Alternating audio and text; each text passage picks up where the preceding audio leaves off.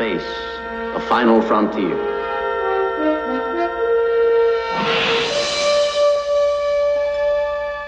These are the voyages of the starship Enterprise.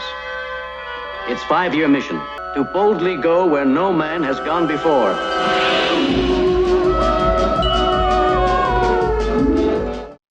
Good evening. I am Mrs. Myers coming to you live from Mission Control in Houston, Texas. And I'm Mr. Groh. Today, 2 men boldly went where no one had gone before. At 1:47 p.m. Eastern Standard Time, astronaut Neil Armstrong became the first man to set foot on the surface of the moon. Shortly after, Edwin Buzz Aldrin also set foot on the moon. These 2 men completed the journey that John F. Kennedy had started back in 1961 when he set the goal of putting a man on the moon before the end of the decade. What about Michael Collins? Did you forget that there was a 3rd man on this mission?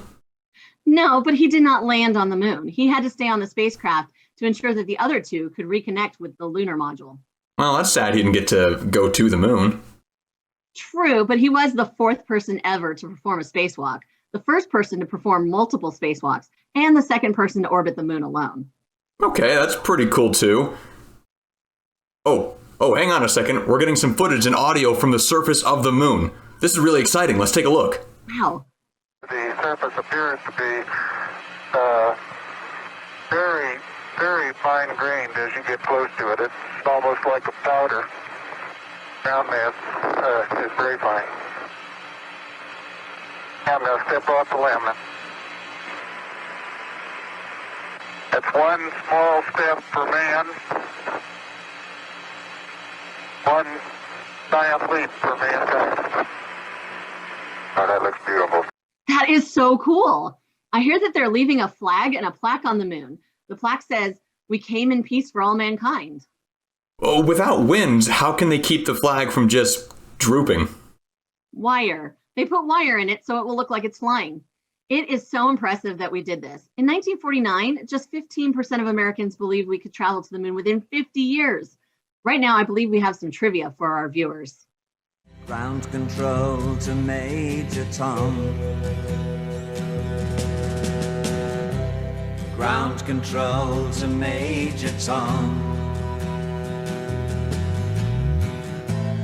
Take your protein pills and put your helmet on. If you answered B, 250,000 miles, you are correct. 250,000 miles. When Kennedy announced his plan, we did not have any of the technology that would be needed to accomplish this feat. It shows that with American ingenuity, when we set our minds to something, we can accomplish it. Dr. Wernher von Braun, who invented the V-2 rocket, said, "I have learned to use the word impossible with the greatest caution." Well, look who's being all inspirational now. I learned that there are some really interesting coincidences with the whole Apollo 11 mission. Have you ever read Jules Verne's From the Earth to the Moon? No, why? Well, this book was written in 1865, before there were cars or even airplanes. How could he have known? Known what? You're not making any sense. The landing site in Apollo 11 was the Pacific Ocean, just like in the book. Well, that's probably a coincidence because the water is warmer there than the Atlantic. True, but how could you account for the name of the capsule? It was called the Columbiad, the capsule for Apollo 11, Columbia. So they borrowed the name from the book. Well, what's the big deal? The crew had 3 men. The launch site was Florida. Just like the book. Yep, you guessed it. And the velocity was within 150 yards per second. Oh, well, that is pretty interesting. You mentioned earlier that this completes the goal set by Kennedy. Didn't the whole space race really start with Eisenhower? After Sputnik was launched in 1957, the Americans freaked out that we were falling behind the Russians. He created NASA and signed the Defense Education Act to emphasize more science and math in schools. Oh, like we have now with STEM. STEM? Science, technology, engineering, and math? Oh, I only heard about the science and math part. Okay, well, about Sputnik. It was just the size of a basketball and only weighed 183 pounds. How could it possibly cause such an uproar? Well, because it seemed like the Russians had better technology than us. This is the Cold War, and that's not good. Space was a crucial arena in this rivalry. A rocket that could launch a satellite could also launch a nuclear warhead at a target. Each side sought to demonstrate its superiority through impressive feats in rocketry and spaceflight. Secret satellites kept a wary eye on the adversary. Russians beat us in almost everything up until the moon landing. They even put the first living thing, a dog, into space, and a man orbited the Earth first. Wait, they put a dog in space? To do what? Well, the dog's name was Laika, and they wanted to study how space would impact a life. Then how did they get her back, since the dog obviously didn't know how to fly? Well, sadly, she was the only living thing ever put into space that they were not able to get back. Oh, how sad. Let's have a moment of silence for poor Laika.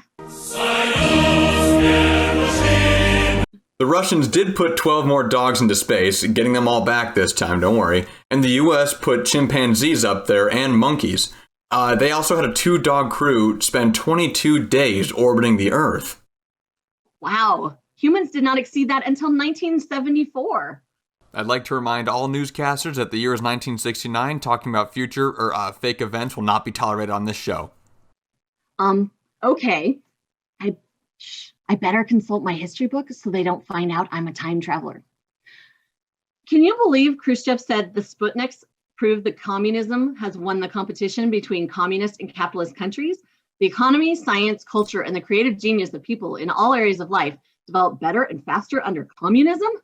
I don't think he'd be saying that now. We put a man on the moon first. Yes, but remember, they had every other first. The first person, a Russian, was Yuri Gagarin. He did a 108-minute complete orbit of the Earth in April of 1961. And when did Americans do the same thing? Well, we did a suborbital flight the next month with Alan Shepard. He went up 116 miles into suborbit. It was part of the Project Mercury, which was designed to send a man into orbit, study the effects of being in space, and return him safely to the Earth. It was right after this that Kennedy set the goal of the moon. Let's watch a portion of that speech. I therefore ask the Congress, above and beyond the increases I have earlier requested for space activities, to provide the funds which are needed to meet the following national goals. First, I believe that this nation should commit itself to achieving the goal, before this decade is out, of landing a man on the moon and returning him safely to the Earth. No single space project in this period will be more impressive to mankind or more important for the long-range exploration of space, and none will be so difficult or expensive to accomplish. Wow, that's a pretty lofty goal, and we achieved it. We must have been doing pretty good at this point to set a goal like that. But we were way behind the Soviets. In August, a Russian cosmonaut spent 25 hours in space, while Alan Shepard had logged just 15 minutes. By 1963, the Soviets had a record 5 days in space and 81 orbits of the Earth. Then Valentina Tereshkova became the first female in space, 19 years before Americans did. We had only spent a record of 3 days in space at this point. I see your point. But there has not been an American in space as of 1969. I think something is wrong with your math. 19 years would be 1983? Mrs. Myers. Moving on. John Glenn became the first American to orbit the Earth in February 1962. He did so as part of the Mercury Freedom 7 program. Oh, that's the one where Katherine Johnson helped do the calculations, right? She and her other computers were so crucial to that space program. Too bad they didn't get the credit that they deserved at the time. Speaking of not getting the credit they deserve, we should really talk about Jerry Cobb and the Flats. Jerry Cobb and the Flats? Was that a new band? I haven't heard of them. No, Jerry Cobb is a woman, and she's part of the Mercury 13, a group of women who completed the same physiological screening test as the men of Project Mercury. They were not officially part of a NASA program, and they never flew in space. FLAT stands for the First Lady Astronaut Trainees, and all of them were accomplished pilots. In fact, no one with less than 1,000 hours of flying was even invited to be part of the program. In the end, the 13 women passed the Phase 1's physical examination.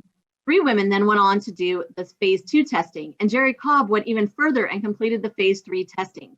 However, NASA then canceled the next phase, and women continued to be excluded from NASA for many years. After the Mercury project, NASA launched Project Gemini, with the mission to spend up to 2 weeks in orbit, rendezvous and dock with another spacecraft, and perfect the re-entry.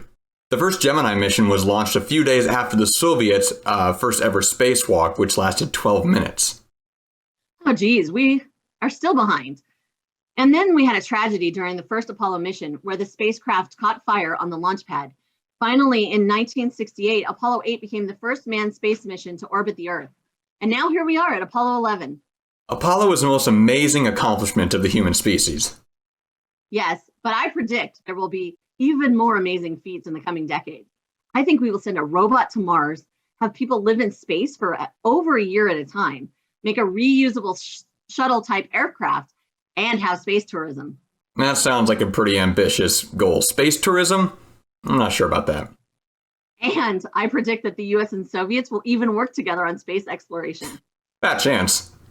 Actually, I predict that within 6 years, so 1975, the US and Soviets will launch the first international manned space station, and it will be called the Apollo-Soyuz project. What are you, a clairvoyant? Or a time traveler?